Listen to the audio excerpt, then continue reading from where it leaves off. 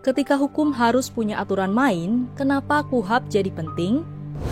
Revisi Undang-Undang Nomor 8 Tahun 1981 tentang Hukum Acara Pidana atau RUU KUHP bakal dibahas di DPR pada 17 April usai pembukaan masa sidang.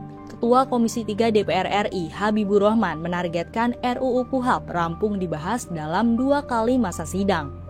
Sementara itu, Menteri Hukum Supratman Andi Aktas bilang pemerintah sedang menyusun daftar inventarisasi masalah atau DIM terkait RUU KUHP. Substansi RUU KUHP diklaim tidak akan mengubah kewenangan aparat hukum dalam sistem peradilan pidana hingga memaksimalkan keadilan restoratif dan melindungi hak-hak kelompok rentan.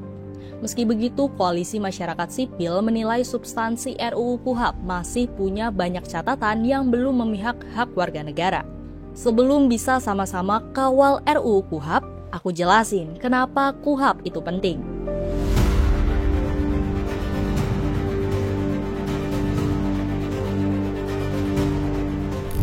Kitab Undang-Undang Hukum Acara Pidana atau KUHP mengatur proses peradilan pidana di Indonesia. Berbeda dengan KUHP yang mengatur soal tindak pidana, KUHP berfokus ke cara-cara penegakan hukum pidana alias prosedurnya. Aturan ini jadi dasar hukum bagi kepolisian, kejaksaan, dan pengadilan buat melaksanakan wewenangnya. Ibarat sepak bola nih, KUHP itu peraturan mainnya, tapi KUHP itu wasitnya. Kenapa gitu? Secara garis besar, KUHP menentukan siapa yang boleh melakukan apa, kapan tindakan hukum boleh dilakukan, gimana cara supaya prosesnya adil. KUHP terdiri dari 22 bab yang mengatur mulai dari wewenang penyidik dan penuntut umum, prosedur penangkapan, penahanan termasuk geledah dan penyitaan, hak tersangka dan terdakwa, wewenang dan prosedur pengadilan untuk mengadili, mekanisme restitusi dan rehabilitasi, sampai pelaksanaan putusan pengadilan. Misalnya, soal prosedur penangkapan, KUHP mengatur kalau pelaksanaan tugas penangkapan dilakukan oleh petugas Polri dengan syarat memperlihatkan surat tugas, memberikan surat perintah penangkapan, dan menyebutkan alasan penangkapan serta uraian singkat perkara yang dituduhkan. Kalau penangkapan dilakukan tanpa surat perintah atau tangkap tangan, penangkap harus segera menyerahkan tertangkap beserta barang bukti yang ada kepada penyidik. Selain itu, penangkapan hanya boleh dilakukan terhadap seseorang yang diduga keras melakukan tindak pidana berdasarkan bukti permulaan yang cukup, dan hanya boleh dilakukan paling lama 1 kali 24 jam.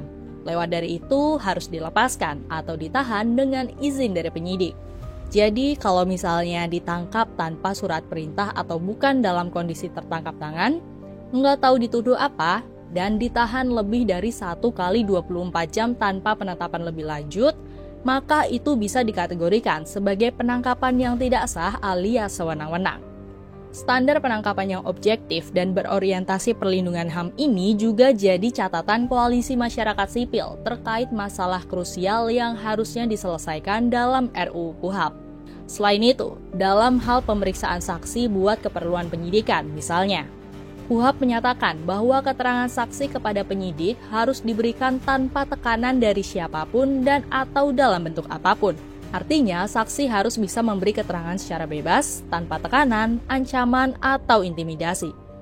Lalu misalnya, terhadap orang yang diduga melanggar hukum, KUHP juga mengatur hak untuk mendapatkan bantuan hukum pada setiap tingkat pemeriksaan. Tapi realitanya, hak atas bantuan hukum ini masih kerap dilanggar. Koalisi Masyarakat Sipil mencatat adanya modus pelanggaran hak tersangka atau terdakwa, di mana mereka diminta menandatangani surat pernyataan dan berita acara kesediaan diperiksa tanpa didampingi pengacara. Alasan yang dipakai antara lain dipaksa dan atau disiksa untuk menandatangani, dijanjikan kasusnya akan cepat selesai atau akan dilepaskan, dimanipulasi bahwa penggunaan penasihat hukum akan mengeluarkan biaya yang besar. Kesimpulannya, KUHP hadir buat memastikan proses hukum berjalan adil dan melindungi hak warga negara di hadapan hukum. Enggak semata-mata soal menghukum, tapi juga menyeimbangkan hak korban dan pelaku. KUHP juga hadir sebagai manual book buat polisi, jaksa, dan hakim supaya penegakan hukum dilakukan sesuai prosedur dan enggak sewenang-wenang. Jadi gimana nih? Udah siap belum buat kawal RUU KUHP bareng-bareng?